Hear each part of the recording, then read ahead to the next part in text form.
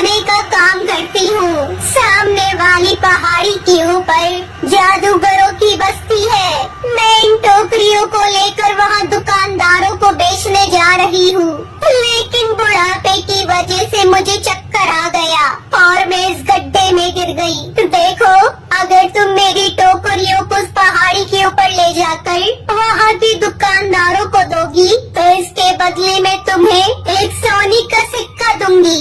सोने के सिक्के की बात सुनते ही टुनटुनी के मन में लालच आ जाता है और वो फौरन बुढ़िया की मदद करने के लिए तैयार हो जाती है।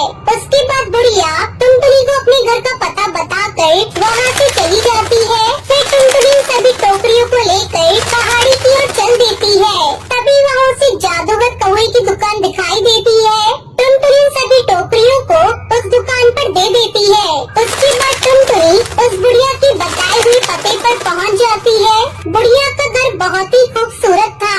ठहरो बेटी, मैं अभी तुम्हें सोने का सिक्का देती हूँ।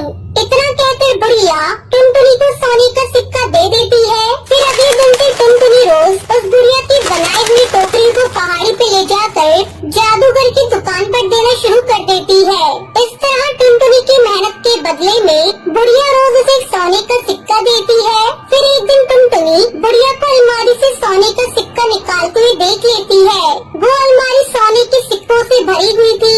अपनी आंखों के सामने इतने सारे सोने के सिक्के देख टुनटुनी चौंक जाती है। ये बुढ़िया तो बहुत अमीर है, इसके पास इतने सारे सोने के सिक्के हैं। अगर मैं इन सभी सोने के सिक्के को हासिल कर लूं, तो आज के बाद मुझे कभी पैसों की कमी नहीं होगी।